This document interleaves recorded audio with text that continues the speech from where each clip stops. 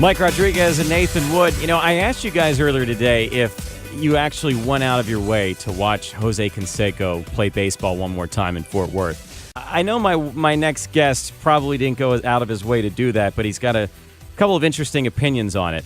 He's the founder and CEO of Dallas Patriots Baseball Clubs, and he's also a best-selling author of a new book called Stout Advice, and he's also a former Fort Worth Cat baseball player back in the day, 2004 and 2005. Logan Stout, thanks so much for your time this afternoon.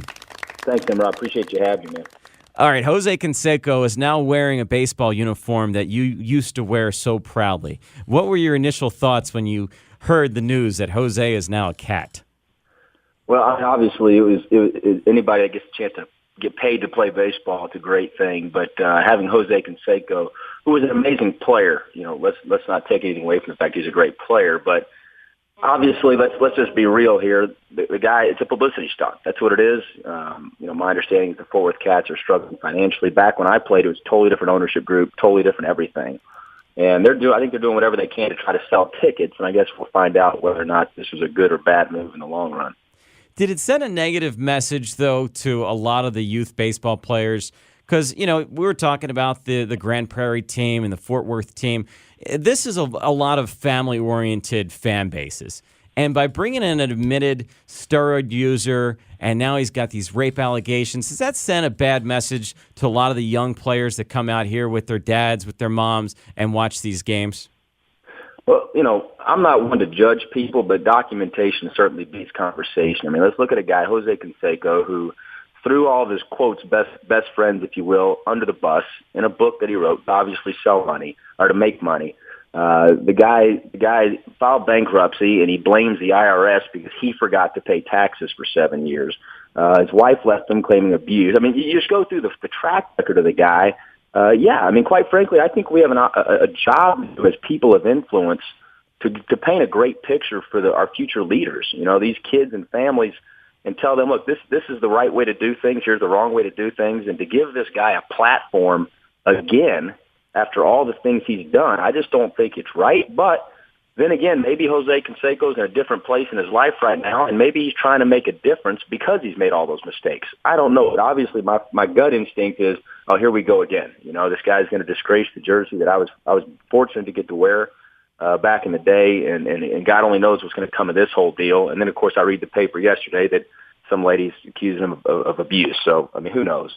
Logan Stout, former Fort Worth Cats, joining us on 105.3 The Fan. A lot of that league, United League, American Association of Baseball, is guys that went through college, didn't get drafted, and they're just trying to continue playing baseball. They're younger guys. What does it mean to you when somebody like Jose Canseco just gets picked up by the organization and is taking away a spot on the team that could go to someone who's trying to further their career? It's a great question. You know, again, the league when I played was a totally different league. It was run by different management, et cetera, but it's still professional baseball, right? And you've got these guys that they have a dream to go play, quite frankly, where Jose Canseco did get to play. And for him to come in and take a roster spot as a publicity stunt, I think it's a slap in the face of these guys that are truly trying to make a career and trying to make things happen. I mean, I think he got 4 plate appearances the other night I read online. That's 4 plate appearances that someone else who genuinely has the right motives and right intentions could have capitalized on, and who knows, you know, go off and have a great career in the long run because of it. I mean, there's a lot of guys that played independent league baseball that went on to play professional baseball are in the major leagues now because of that platform. And, yeah, I mean, I just think it's ridiculous that this guy's getting an opportunity again that's taking an opportunity away from a young kid that truly has the dream still of being able to play Major League Baseball one day. With the financial aspect going for the Cats, and I've been to plenty of these, semi-pro games like the Air Hogs and the Cats, and a good night might be, 500, 1,000 fans. If they can draw 400,000 or 500,000 people to come out and watch him play, do you still not see that as a positive for the team, though? When you talk about a pure business decision, as I referenced earlier, we won't know until the long run how this pans out. Because when I was playing for the Fort Worth Cats, again, it was a different league, but we had thousands of people every night. I mean, there was never a game that we didn't have thousands of people. We'd have 10,000 people at a game watching. And I think one of the main reasons is we won. I mean, we won games. People want to come support a winner. And the great people in the Fort Worth area, they're incredible people out there. And they rallied behind, the whole city, the whole town rallied behind the Fort Worth Cats back when I was playing there, and part of it is because we had a great product on the field. We had an incredible product. We won the championship. It was excellent. Having this guy playing in a Fort Worth Cats uniform right now, it's going to bring publicity, obviously. That's why you guys asked me to be on the radio today. I mean, it's obviously bringing them publicity, which is what they want in the short term. But in the long term, for the course of the whole season, I don't think it's going to help them sell more tickets. I think it's going to help them sell more tickets the few games he's out there. But building a great brand and building a great team is ultimately how you sell tickets, because when you're winning, people want to go watch that. Logan Stout joins us right here on 105.3 The Fan. You can pick up his best-selling book, Stout Advice, Help Build Yourself, People, and Teams. Logan is the founder and CEO of the Dallas Patriots baseball clubs. So you stayed in baseball after your playing days, Logan. You're around youth athletes and youth baseball players across the North Texas area. Let's say you had a young 10-year-old come up to you and he says, I've been reading about this steroid era. Guys like Jose Canseco, guys like Barry Bonds.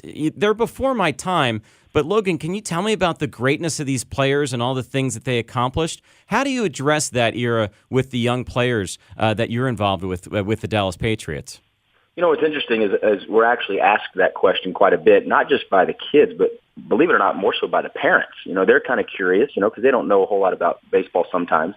And they ask that question, what is this steroid era all about? And the first thing I always say is, look, first and foremost, the steroids didn't swing the bat for these guys, okay? So you can't take the talent away from these guys. They're the most talented players to ever play the game. Barry Bonds, the most talented player to ever play the game, as was Jose Canseco, okay? So we can't take away their talent.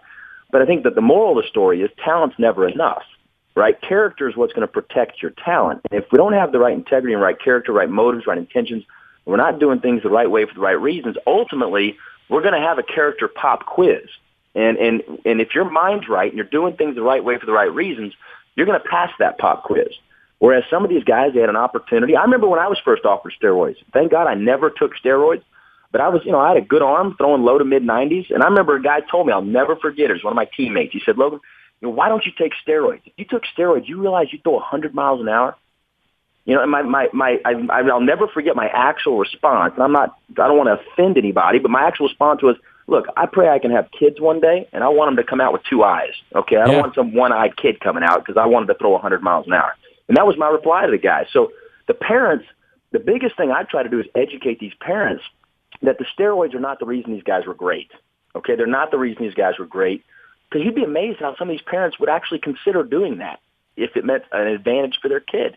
It's crazy to me how people just lose perspective on what's really important in life. Absolutely. And my perception of why I never ended up playing at the next level changed one night. I was in the Phillies locker room. I saw an infielder in there. I'm not going to mention his name. He still plays today. And this little guy looked like the Incredible Hulk. And I walked out of that locker room that night saying, you know what, I never had a chance. I never had a chance competing with guys that took that road. My favorite quote from the line, it was a line in the movie 42, Logan. Branch Rickey, Harrison Ford's character, says, baseball ignored it until we couldn't ignore it anymore. And he was talking about the race issues, but I feel the steroid issue is something that baseball repeated again. Do you blame the baseball owners more for that era, or do you blame the players like the Jose Cansecos for that era?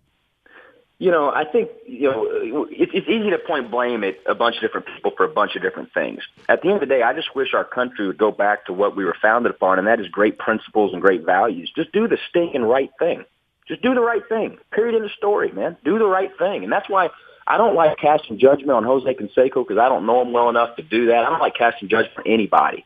But at the end of the day, you got to look at the facts here. And when people try to cover up issues or cover up things, instead of just coming out, I'll give you a great example. We had a parent a while back with the Dallas Patriots. The kid was just struggling, okay? And it's select baseball. It's not rec. It's select baseball. So the better player deserves to play. That's the deal.